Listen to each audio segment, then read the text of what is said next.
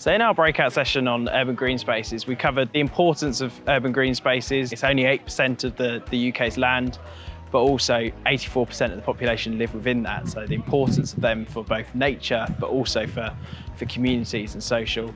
And then also went through the design principles of urban green spaces and how we can implement simple design approaches and solutions to help improve those urban green spaces and create those connections for nature, aiding urban nature recovery. And then we went on to look at how that connection can be done through road verges and in the enhancements surrounding that, before going over to our Be the Change stand and looking at how small interventions can have a big impact, both in gardens but also large landscapes.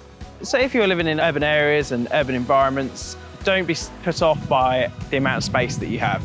Really, your garden, your green space is your canvas. You're the artist, you hold the paintbrush, so fill it with, what works for you. There's opportunities whether you've just got a balcony to green those spaces, or look beyond and think about innovative solutions. So whether it's roof gardens, green walls, vertical screening, and also SUDS opportunities. How can we reimagine streets, turn two-way systems to one-way systems, add space for nature and add space for landscape? Are key principles. In our breakout session today, we covered the small-scale changes that people can make that can help bumblebees and pollinators in general.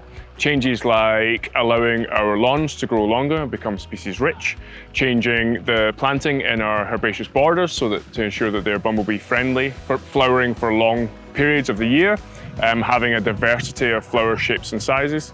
Thinking about the borders in our garden and whether we can use them to grow vertically or whether we can exchange a fence, for example, for a native hedge, and introducing some water into the garden where we can add some pond plants and also add lots of other value for other wildlife as well as our pollinators.